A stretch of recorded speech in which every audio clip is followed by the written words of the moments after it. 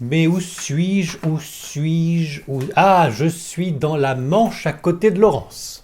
À côté de moi, à Barneville-Carteret. À Barneville-Carteret dans la Manche, du côté de Valognes, du côté de Cherbourg, enfin un peu en hauteur, quoi. Et Oui, puis, entre Cherbourg et le Mont-Saint-Michel, pratique. en Saint-Michel, bien face du sûr. Jersey. Ah, tranquille. Laurence a un nom de famille que j'ai déjà oublié. Alors, mon nom de famille, c'est Gravoulet. Gravoulet. Elle était. Laurence, on m'a parlé d'elle quand j'annonce que je me promène à droite à gauche. C'est une association, l'association À cœur de soi. Mhm. C'est Nathalie Fautra, si je ne me trompe Nathalie pas, Fautra, oui, la qui est présidente, présidente de ouais. l'association, Ouais. qui est donc à Coutances d'ailleurs, dans Mhm. les environs, qui est une association de messages spirit, Oui, oui, oui, c'est à d'aide à vocation. ceux qui ont Oui, perdu un être cher. un être cher, Mhm. donc tout ce qui est spirituel, en fait. Mhm. Il y a un lien sur la page. Oui. On va pas parler de Nathalie parce qu'elle n'est pas là, mais il y a un lien de son association. Et c'est donc Nathalie qui m'a écrit en me disant, mais si vous êtes dans la Manche, il faut aller voir Laurence. Voilà. Alors voilà, bonjour. Bonjour Yann-Éric. Qu'est-ce que vous faites, Laurence? Moi, je suis psychogénéalogiste. Psychogénéalogiste. Oui, On je va fais du décodage transgénérationnel. décodage transgénérationnel. Alors, Mhm. on va en parler. Ouais. Qu'est-ce que c'est? Puis à quoi ça sert? Qu'est-ce que c'est? C'est chercher chez les ancêtres des histoires qui peuvent avoir une répercussion sur nos vies. Alors, c'est chercher parmi nos morts ou même ceux qui sont encore vivants? Déjà, je me demande. C'est une enquête qui va concerner tout l'arbre généalogique. Donc on ne va pas interroger les défunts. C'est pas du C'est spiritisme, pas du c'est pas de la spiritisme. médiumnité, Non, ça n'est pas de la médiumnité. c'est C'est un travail d'enquête. d'enquête. Donc voilà, on va reposer nos recherches sur ce qu'on appelle un génosociogramme. Fichtre. Fichtre, diantre. Il s'agit d'un arbre généalogique qu'on va enrichir d'autres données. Un arbre généalogique qui peut être succinct, ça peut être juste la date de naissance, la date de décès, et encore qui n'est pas complète. Donc ce qu'on cherche à obtenir, c'est une date complète, c'est-à-dire le jour, le mois, l'année De. de la personne sur laquelle on est en train de travailler. Hein, donc c'est, je cherche quelle est la date de naissance, je cherche quelle est la date de décès, je cherche la date de mariage, je cherche la date de divorce éventuellement aussi. C'était ce que vous m'aviez dit au téléphone, hein, si vous Oui, voulez faire un petit peu de pratique après la théorie, il va falloir avoir ces données-là. alors, j'ai réfléchi. Je suis donc plongé dans mes ancêtres, ma famille. Mhm. Rien que ça, déjà, ça fait une préparation. Oui, Hein, parce que oui. finalement, je m'aperçois que je ne connais personne dans ma famille. Enfin, si, je les connais, mais enfin, j'ai complètement oublié quand est-ce qu'ils sont morts, d'où ils viennent, si c'est un cousin ou si c'est un. Enfin, Mm. donc, c'est pas sérieux de ma part. Mais bon, bêtement, je vois dans le côté familial les nobles qui ont des tableaux de tous leurs ancêtres. Ouais. Puis moi, je m'estime pas comme un noble, donc on tamponne un peu de la famille. Alors qu'en tant que catholique, on devrait être fier de sa famille, même si on n'est pas catholique aussi d'ailleurs. Et donc, j'ai jamais trop approfondi le savoir de mes ancêtres, leur vie, ce qui s'est passé. Et c'est une bêtise alors, parce qu'effectivement, même génétiquement parlant, on continue d'avoir leur gène. Exactement. Donc, quand on a commencé la psychogénéalogie, il y a quelques dizaines d'années quand même, Hmm. on parlait de mémoire. Hein, on Oui. parlait de mémoire, de choses qui se transmettent. Oui. Aujourd'hui, avec la science, on sait que l'ADN, c'est une chose qui reste fixe, mais avec l'épigénétique, on sait que l'humain va s'adapter à ses conditions de vie. Oui. Alors, normalement, il y a un homme, une femme, donc ça se mélange, hein, l'ADN, et il y a d'autres choses qui arrivent.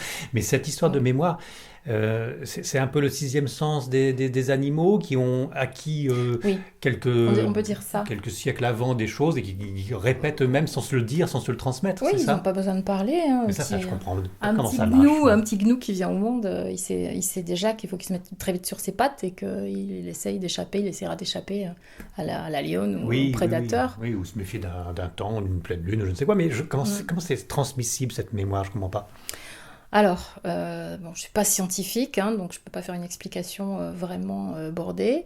En revanche, on sait que ça se transmet, tout le capital mémoire se transmet à la naissance en fait. Hein. Bien, Donc on via vient l'ADN? avec, alors via l'ADN, oui, toutes les modifications qui peuvent se faire autour de ça. Donc l'ADN est fixe normalement. Hein. Bah, Enfin, et l'ADN, c'est de la c'est mémoire. l'ADN, c'est de la mémoire qui reste fixe. C'est-à-dire votre corps, il va être ce qu'il est quand il arrive. Et puis, les aléas de la vie, hein, les souffrances, les douleurs, La vieillesse. tout, voilà. Donc, les choses vont se modifier au fur et à mesure. Mmh. Et les choses vont se modifier aussi par rapport à des histoires vécues qui ont été douloureuses par les ancêtres. Mmh.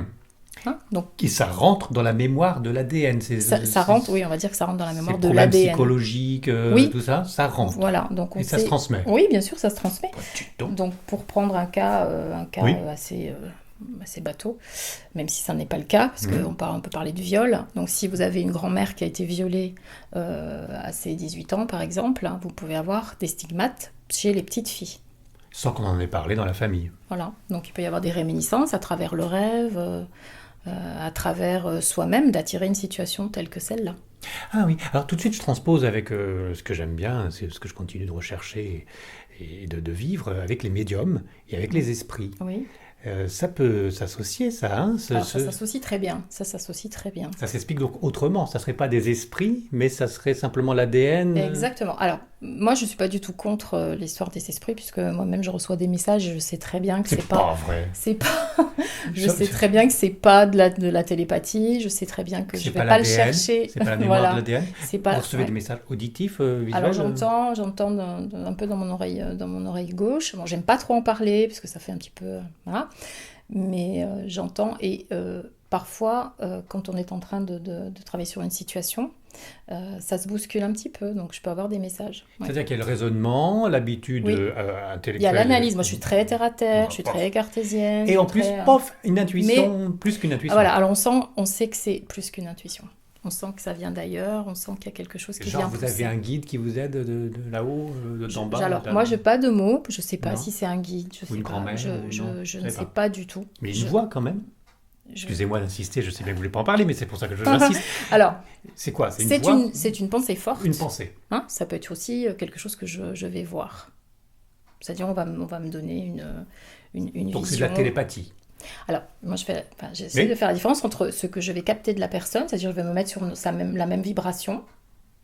Hein, donc, par téléphone, par exemple, ça peut m'arriver d'avoir quelque chose d'assez fluide parce que je me mets sur le registre de la personne. Donc, je vais être tout à fait intelligente et formidable, mais parce que j'ai en face de moi quelqu'un qui est tout à fait Les intelligent et courants passent. les courants passent très bien. Donc c'est un peu Donc je vais télépathie, me ça. mettre, voilà. Donc là on est sur de la télépathie, Mais on bon. est sur un arrangement Un vibratoire, contact, oui, un d'accord. contact vibratoire. Et puis au-delà de ça, ça m'est arrivé d'avoir des ancêtres qui s'invitent. Ou pas forcément des ancêtres, mais des personnes qui ont pu être dans la vie de la personne tout à fait à part entière et avoir un rôle Et particulier. donner le message. Et donner un message. Qui n'est pas lié à un travail Absolument pas. rationnel de votre part Exactement. sur la généalogie, C'est la différent. psycho, etc. Ouais, c'est Oh, différent. dis donc. Oh là là, C'est fou ça. incroyable. Ouais. Mais à quoi ça sert alors? À quoi ça sert? Alors pourquoi on fait un travail en généalogie? Ben, je pense qu'on vient déjà avec une douleur ou avec une souffrance qu'on n'a pas dépassée. Donc on peut avoir envie de savoir quelle casserole on Entraîne. trimballe. Mhm. Mhm. Donc ça peut être n'importe qui. Ça peut être un enfant accompagné de sa maman ou de son papa. Ça peut être un enfant que je peux recevoir tout seul, comme ça peut être quelqu'un. J'ai une dame de 85 ans qui m'a dit, alors moi, je veux travailler parce que je veux libérer toute ma famille. Donc à 85 ans, il y a encore des personnes qui sont vraiment très très intéressées. Libérer, c'est parce Pas- qu'il y a des nœuds, il y a des secrets, et c'est ça? Oui, libérer, c'est parce qu'il y a des nœuds, Hmm. ou parce qu'il y a une difficulté chez la fille, la petite fille, le petit-fils. Hein, L'enfant est c'est pas difficile, forcément oui, les je sais filles, pas, les d'accord. filles, et les filles avec les filles, les garçons avec les garçons. Oui, il peut y avoir une problématique de difficulté. Bon, mais enfin, on ne peut pas expliquer tous les enfants problématiques par ce biais-là quand même. Il y a des moments, c'est Si. deux fils qui se touchent tout simplement. Et Alors, non? Alors, moi, je suis... Ah.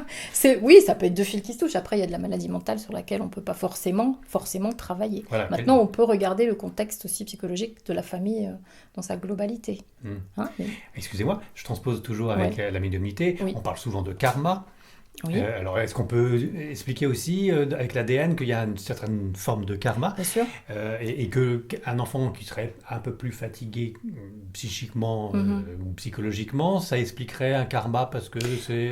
Je peux vous donner un exemple? Mais donnez donc. Bon, alors, j'ai eu le cas d'une petite fille qui s'appelait Léa. Oui. Donc, C'était très bien comme exemple. On continue. Oui. Donc la petite Léa était ce qu'on appelle un enfant oui, difficile, mais qui bougeait beaucoup, à qui on peut donner des petites pilules aussi pour que ça se calme un petit peu. Donc c'est ces enfants qui gigotent dans tous les sens. Et donc j'ai reçu les parents et on a regardé dans l'arbre généalogique et il manquait sur 2 générations dessus, on a découvert il existait une Léa. Donc les parents, quand ils ont nommé cette petite fille, ils savaient pas du tout que voilà, ils n'ont pas du tout calculé ça. C'était vraiment inconscient. Donc il y avait un membre de cette famille qui s'appelle Léa, donc qui était une grand-mère. Et c'est une grand-mère qui un petit peu batifolée avec qui il fallait pas, et puis qui s'est emballée et qui a décidé de quitter son mari et ses enfants et de suivre ce monsieur dont elle était très très amoureuse. Donc c'est une Léa qu'on a bannie du système familial. C'est une Léa dont on n'a plus jamais voulu parler. Donc en psychogénéalogie, on voit ce qui est très douloureux sur une génération qui va être un non-dit, c'est-à-dire on ne veut plus en parler, c'est trop dur. Ensuite, ça va être un secret de famille puisque les descendants suivants n'en auront pas la connaissance. Et ensuite, c'est un impensé généalogique, c'est-à-dire qu'au niveau de la petite Léa, c'était un impensé généalogique. Donc c'est un impensé généalogique, on appelle ça comme ça. Et donc cet impensé généalogique agissait sur cette petite Léa. Voilà. Donc à partir du moment où vous bannissez un ancêtre, où vous l'excluez, c'est une exclusion de l'arbre généalogique, donc vous faites comme s'il n'existait pas, pour autant vous êtes de ce sang-là, c'est très compliqué, eh bien celui qui n'est pas reconnu va se manifester plus tard. Donc cette petite Léa qui portait le même nom que cette grand-mère bannie, a manifesté cette exclusion. Donc elle se comportait comme un enfant exclu, comme un enfant qui réclamait sa place, comme un enfant qui... On y retournait. On retournait dans un Mais là, quand process. vous dites que cette grand-mère voulait se manifester parce qu'on l'a oubliée, ça fait un peu à l'esprit qui revient pour posséder la petite enfant. Alors, c'est exactement ce que j'essaye de démontrer dans mes conférences, même dans mon travail de tous les jours, c'est que, après c'est mon avis, je pense qu'on doit d'abord faire le ménage dans son arbre généalogique. On doit déjà regarder ce que nous trimballons de nos mémoires anciennes, comment les ancêtres se manifestent à travers nous, quelles sont les zones sur lesquelles ils nous demandent de travailler, parce qu'on va hériter, évidemment. Alors, ils nous demandent, on est au-delà des transmissions génétiques, là. C'est eux qui nous demandent. Alors, non, c'est pas l'ADN. Je comprends pas, là. Justement.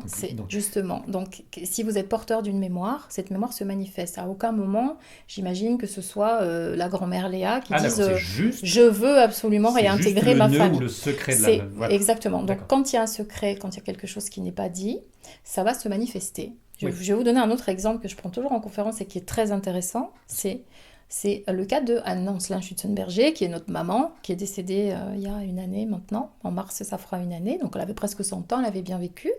Et Anne Ancelin, elle raconte que depuis qu'elle est enfant, elle ne pouvait pas se laver à l'eau chaude. Elle était obligée de se laver à l'eau tiède. Son corps ne supportait pas l'eau chaude sur elle. Donc elle était contemporaine de Françoise Dolto, et Françoise Dolto lui dit « Enfin, mais toi qui travailles sur les mémoires, toi qui travailles sur tout ça, demande autour de toi, qu'est-ce qui a bien pu se passer pour que toi tu sois bloqué dans ce bain de chaleur ?» Et elle a fait une enquête et elle s'est aperçue que, auprès d'une tante qui lui dit la vérité, elle s'est aperçue que son papa, donc son papa, avait une petite sœur. Donc ça faisait pour elle une tante. Et cette petite fille, très petite, en bas âge, est allée à 4 pattes jusque dans la cuisine. Elle a échappé à la vigilance de sa nourrice. Et donc, elle est partie dans la cuisine à 4 pattes et elle a ouvert ce robinet. Vous savez, ces grosses cuisinières en bois qui chauffent tout dans la maison, l'eau, etc. Elle a ouvert ce robinet et elle s'est complètement échaudée. Donc là, elle n'a pas survécu, malheureusement. Donc, encore une fois, le non-dit, c'est-à-dire que pour les parents, c'était tellement épouvantable qu'ils ont décidé de ne plus jamais en parler. On n'a pas dit la vérité au petit garçon, qui a dit « Mais où est ma sœur ?» On n'a pas répondu « Où était cette sœur ?» Et ce petit garçon a fini par oublier qu'il avait une sœur. Et ça, c'est rentré dans les gènes des parents. Exactement. Donc là, on voit une belle démonstration au niveau de l'épigénétique, c'est-à-dire qu'elle a manifesté ça. Donc à travers cette incompatibilité qu'elle avait avec l'eau chaude. D'accord. Et du moment, alors la fin quand même, c'est que du moment où elle a pris conscience que c'était cette mémoire qui s'exprimait, Elle a pu prendre des bains d'eau chaude comme tout le monde. Et ça sentait bon chez elle depuis. Très bien. Oui. À quoi ça sert donc? Ça sert à aller mieux. Ça sert à libérer des mémoires qui font qu'on a des obstacles. Ça peut être des obstacles affectifs. Alors, il y a les nœuds familiaux et il y a aussi les secrets familiaux, c'est ça. Ça fait partie des secrets. À vous écouter, moi qui suis un peu branché médiumnité, je ne vois que les esprits qui continuent de vivre autour de nous, en plus qu'à travers nous et à travers l'ADN, et qui poussent à ce qu'il y ait ces chemins de vie à limite karmique entre familles pour se rattraper d'erreurs passées. Oui, donc comprennent... vous n'êtes pas contraignante, vous me dites oui, mais oui, c'est pas ça votre truc, parce que je ne veux pas forcer. Je vous dis oui, parce que ça peut être les deux, en fait. Hein. Ça peut être quelqu'un qui n'a pas été connu, reconnu, entendu, qui a été accusé à tort, par exemple. Il va y avoir des manifestations. Alors, ce qui est intéressant en généalogie, c'est pour ça que je demande les dates, c'est que vous pouvez avoir des manifestations qui se font à date. C'est-à-dire que si votre père est décédé à 42 ans, par exemple, d'une maladie, vous allez avoir, vous, une manifestation ou un rappel, c'est-à-dire que vous tombez malade vous aussi, c'est possible, hein, ou vous avez même des animaux qui vont faire la maladie à votre place. Donc ça, c'est le syndrome anniversaire. C'est-à-dire que ce qui se fait à une époque dans la famille se rejoue sur les générations d'après. Mais ça, il faut le savoir. Ça, il faut le savoir. C'est un peu une programmation inconsciente. Oui, c'est pour ça que c'est intéressant d'avoir les dates de naissance, de décès, mais je veux dire, etc. Même si inconsciemment, je sais qu'à tel âge mon père est mort, si je le sais, je peux me préparer à faire un problème. C'est ça, mais exactement, je peux. Mais là, c'est dans le savoir. Mais quand on ne le sait pas... C'est pareil. Voilà. Donc, quand on ne le sait pas, on peut manifester aussi. Donc c'est là où c'est intéressant de faire un travail. Est-ce qu'on peut aller jusqu'à penser à ceux qui ont, après un choc émotif, décès d'un proche ou perte de travail, etc. Généralement, il y a un cancer, hélas, qui arrive souvent après, il y a, suite au mal-être, au désespoir, que sais-je. Est-ce qu'on peut dire qu'on peut se faire un cancer aussi avec ce genre d'idée, ce genre de principe? Alors, pour ce qui est de la maladie, au niveau de ce qu'on peut savoir de la biologie, on sait qu'il y a un facteur qui va programmer et un facteur qui va déclencher la maladie. Donc, vous pouvez avoir quelque chose qui va se réveiller suite à un choc dont vous n'avez même pas souvenir qui s'est passé avant. Donc, ça peut être quelque chose qui s'est passé dans l'enfance, ça peut être un traumatisme, peu importe, avant l'âge de 10 ans, 15 ans, comme ça peut être un traumatisme que vous avez à l'âge adulte. Donc ça va peut-être pas se manifester tout de suite, mais ça va se manifester après. Ça peut se programmer. Moi, je pense qu'il y a une programmation de la maladie. Bon, après, il y a un environnement aujourd'hui qui fait que entre les pesticides, etc., on est beaucoup plus fragile. On a beaucoup muté pour notre survie, je pense, l'humanité, mais là, on est un petit peu... on continue de muter. On lutte toujours, voilà. Ça, pour muter dans la Manche, du côté de la Hague, ça mute. Ça mute bien, on est un petit peu cerné, oui. Entre Flamanville et la Hague, oui, on est peut-être un peu... Ils n'y croient plus à l'EPR. Je discutais avec des amis qui étaient du côté de Cherbourg. Ils n'y croient plus. Ils croient surtout que ça va sauter, oui. Surtout. Non, mais dis-moi, de toute façon, c'est foutu. C'est même obsolète comme système de fonctionnement. Plus personne ne va vouloir l'acheter. Donc, c'est bon. Et j'en profite pour dire ce qu'on m'a dit. Et ils sont plus qu'étonnés dans la Manche de voir l'État avoir laissé tomber, par contre, les courants maritimes, qui pouvaient générer encore plus d'énergie et d'une façon beaucoup plus propre que ces bêtises obsolètes maintenant du nucléaire. Ouais. Et pourquoi l'État a laissé tomber ces courants maritimes qu'on récupère en offshore, là, comme ça mais oui, pourquoi ils ont laissé tomber ça alors que ça aurait pu générer encore plus de travail qu'un EPR. Bon. C'était parti. Dommage. On ne sait pas ce qui se passe dans les coulisses du pouvoir et de la politique. Non.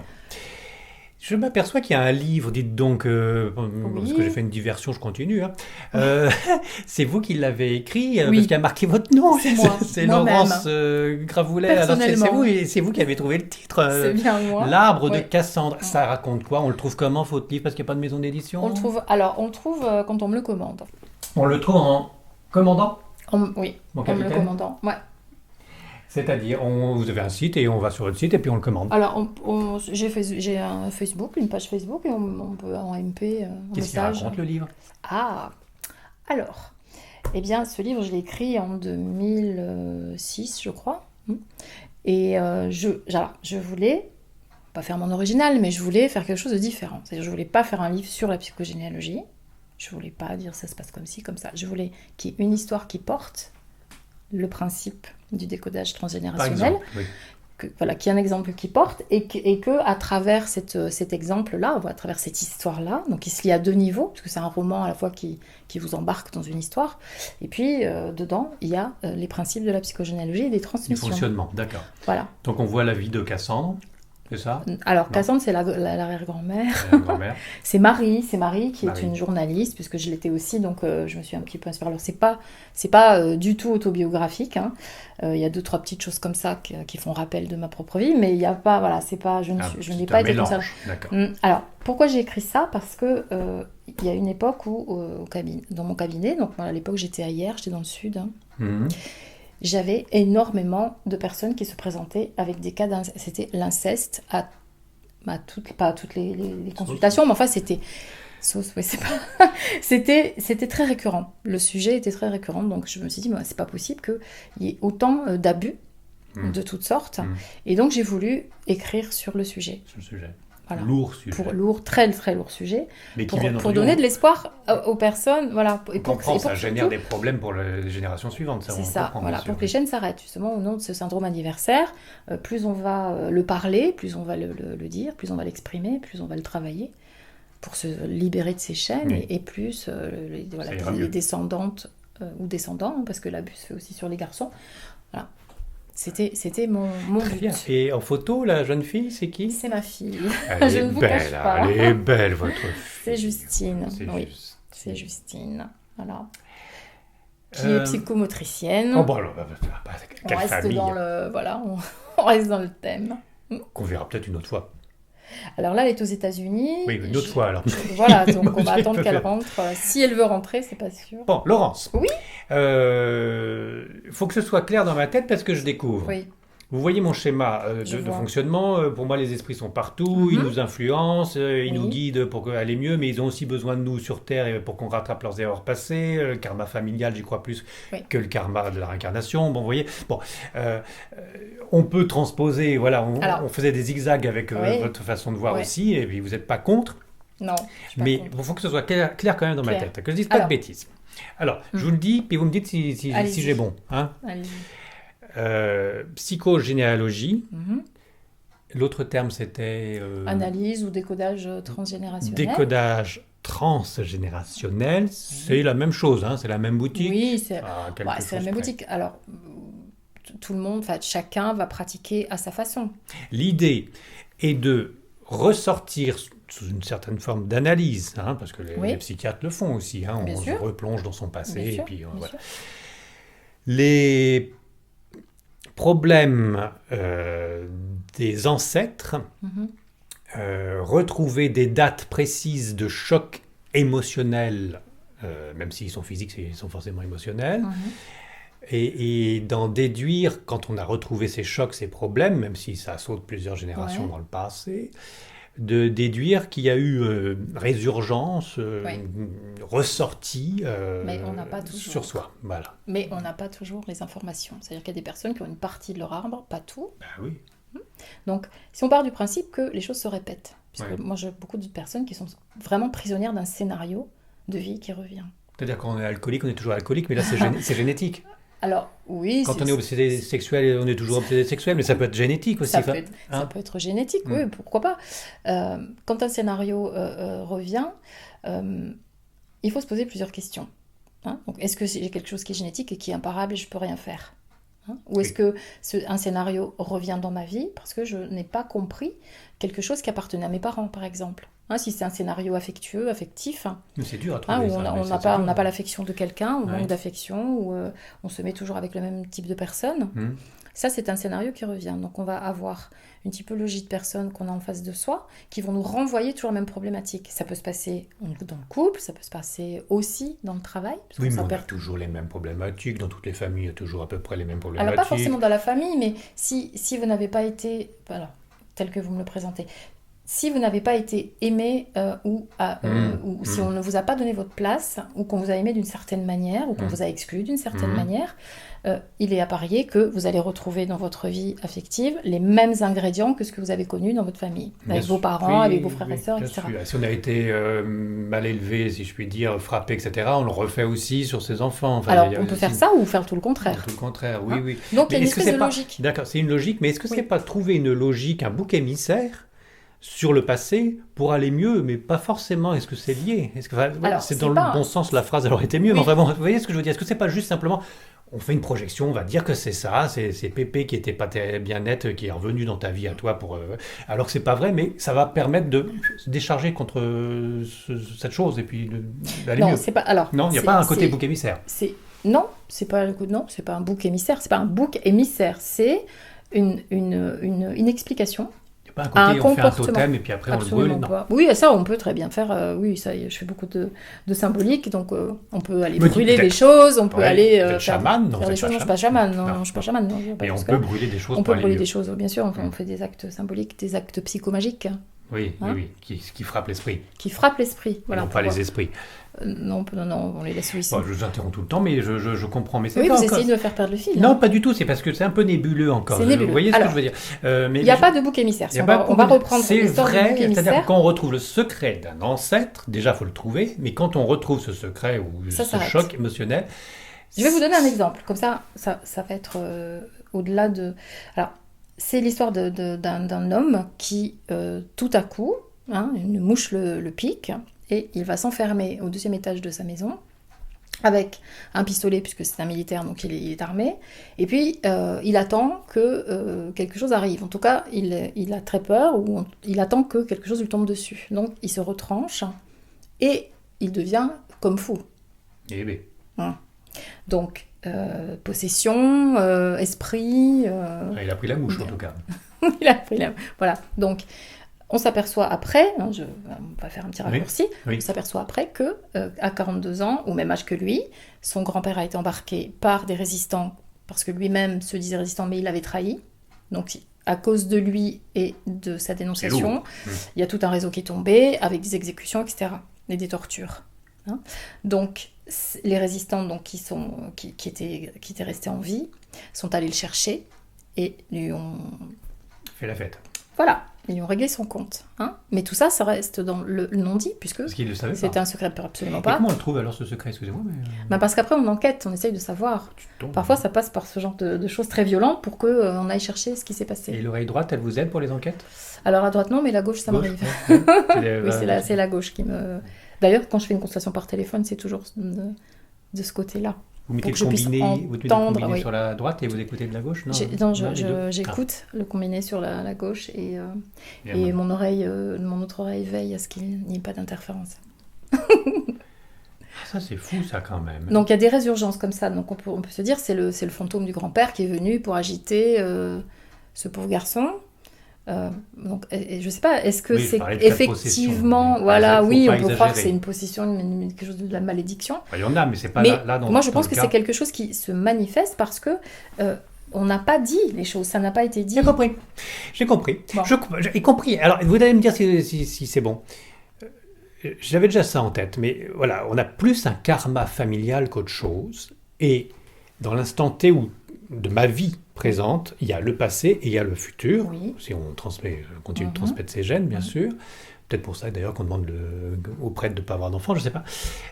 Et donc, ma vie n'est pas que ma vie. Je récupère, même génétiquement, l'état familial. Donc, il n'y a pas de raison que je ne récupère pas les informations, les mémoires, nœuds secrets, d'une façon inconsciente, sans aller aux esprits.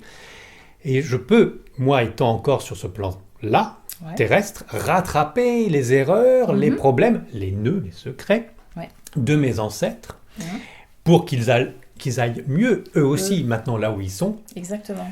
Et je peux aussi préparer le futur pour mes descendants. Tout à fait ça. Pour qu'ils soient plus heureux. Tout à fait ça. C'est magnifique, j'ai tout compris. Mais il y a un gros mais. Déjà, il faut faire un travail de recherche. Il faut avoir une enquêtrice comme vous, avec plus qu'une intuition pour essayer de trouver où sont les nœuds et les problématiques. Passer. Mais alors, si on est un enfant de la DAS, comment on fait Comment on pour s'en fait, hein? sortir? Ça, c'est toute une histoire. Bah oui. Alors, je réponds? Bah oui. Ouais. Donc, la personne qui va être adoptée par une famille, elle va avoir des atomes crochus inconscients. Ils vont avoir une histoire commune. Pas des liens de sang, Non. ni génétiques. Non, mais là, justement, le mystère de l'ancêtre qui a abandonné, Arrivera quand même. voilà. Donc, souvent, les enfants qui sont recueillis Oui. viennent de familles, ceux qui accueillent, pardon, viennent Oui. certainement d'une famille où les ancêtres ont laissé tomber des Oui, il faut enfants. rattraper l'erreur. Voilà, donc il y a toujours cette espèce de va-et-vient, hein, de plus, moins. Mm. On fait tout pareil, tout le contraire. Mm. Donc ça peut arriver. J'avais eu le cas de gens qui pouvaient pas avoir d'enfants. Ils ont fini par adopter une petite... alors je sais plus exactement de quelle nationalité elle était, mais enfin c'était asiatique. Mm. Et on s'est aperçu qu'il y avait un des grands-pères, un aïeul qui avait fait une guerre et qui avait là-bas, Donc et on qui se rattrape avait là-dessus. certainement abandonné un enfant Oui, qu'il avait fait fait quelque avec... chose, voilà. D'accord. Oui, Mais bon, on l'a su après. Vous savez que dans l'au-delà, on dit, les grands médiums spirites disent que on s'incarne en faisant un plan de vie, en Ouais, choisissant des on dit ça. missions pour rattraper les Ouais. erreurs d'une vie antérieure, si on y croit. Oui. Ça se recoupe Moi, un peu. les vies antérieures, pour moi, ce sont tout d'abord, les vies de nos ancêtres. De nos ancêtres. Direct. Le karma familial. Le karma familial, déjà. Ou amical, si j'ai bien compris. Bah, pourquoi pas. Pas uniquement que les liens de sang. Alors, On peut faire des crasses à un ami et voilà, on peut peut-être il y a une ligne rattraper. directrice et puis après, il y a évidemment des intervenants qui vont se greffer. Ouais. Hein. Donc, il y a votre vie à vous, donc tout ce que vous vivez dans votre vie, du moment où vous êtes incarné, toutes les problématiques que vous pouvez rencontrer. Donc, déjà, il faut faire du ménage là-dedans pour retrouver de la confiance en soi. Il ne faut pas en faire d'autres. Et oui, et puis après, il y a tout ce qui va concerner les ancêtres, donc tout ce qu'ils nous transmettent. Et on ne sait pas quoi faire de ça, puisqu'on ne le sait pas forcément. Non. Donc le chemin de vie pour nous tous, c'est de devenir un saint. Si on devient un saint, on clôt tous les ancêtres derrière, toutes leurs problématiques. Ils nous suivent, quoi. Ils sont dans le même état de sainteté que nous. Est-ce qu'on peut parler de sainteté? Je ne sais pas si on peut parler de sainteté. Je veux dire, être nickel, quoi. Nickel, assainir, Oui. nettoyer. Parce que j'ai toujours du mal à le concevoir, et puis c'est la fin de la première partie, je me dépêche. Bon, j'ai plein de questions. À un moment, toutes ces familles, toutes ces générations, ça s'éteint. On voit bien ça avec les nobles. Au bout d'un moment, il n'y a plus. Il n'y a plus d'enfants, il n'y a plus rien, et c'est fini. Ça s'arrête. Donc ça nous fait une énorme cellule familiale sur des centaines d'années, voire des milliers, mais ça fait quand même, à un moment, tout le monde qui est mort. Et plus de transmission génétique. Oui, on peut dire ça. Pourquoi pas? Et là, ça fait donc un groupe de familles, une vraie famille qui est dans l'au-delà et qui ne revient plus sur Terre. Donc là, ça fait, je sais pas, j'ai l'impression que dans ces cas-là, cette groupe de familles se retrouvent tous et que le petit dernier, doit rattraper toutes les bêtises qu'il y a sur des années. Alors, il y a des branches qui s'éteignent totalement. Après, l'organisation qu'il y a là-haut, je ne sais pas. Je sais pas si ça s'éteint, non, je ne sais pas du tout ce qui passe. Je peux le supposer, mais je n'en sais rien. Oui, vous supposez quoi? Une fois que toute la famille, voilà, il n'y a plus de transmission générationnelle des Bourbons, ou je ne sais pas quoi, tout ce que vous voulez. Qu'est-ce qu'ils deviennent tous ces... Ils ont certainement un rôle à jouer là-haut. Là-haut, mais oui. Oui. Peut-être qu'ils auront une façon de nous instrumentaliser, puisqu'ils nous instrumentalisent certainement. On parle de la prière aussi. Oui. Et ça sert à quelque chose dans votre concept? Alors non, moi ça sert pas, sauf si on est croyant et qu'on a besoin de se relier. On parle du pardon. Alors le pardon, moi j'ai ma théorie là-dessus. Je n'aime pas du tout ce mot pardon. Pour moi le pardon, et c'est vraiment ce que je pense, c'est la part du don. C'est-à-dire c'est qu'est-ce que tu as donné toi, qu'est-ce que moi j'ai donné.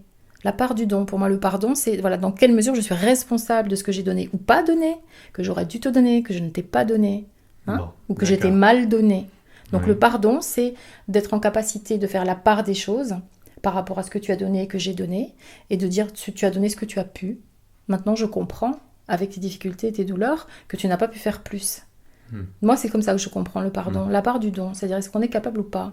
Est-ce qu'on a suffisamment de fluidité dans son histoire familiale pour être en capacité de faire fi de ses douleurs, de les dépasser et d'être à l'autre avec cette sainteté peut-être dont vous parliez tout à l'heure. Est-ce qu'on est suffisamment avancé pour pouvoir accueillir l'autre dans tout ce qu'il est et avec toute cette histoire? Élevé. Ouais. Eh ben, cette élévation, on voit que tout s'imbrique, tout se mélange, Mais et tout- tout est vérité, C'est un tout. tout fonctionne avec Ça. des osmoses, des interjections et autres. On se retrouve dans la deuxième partie.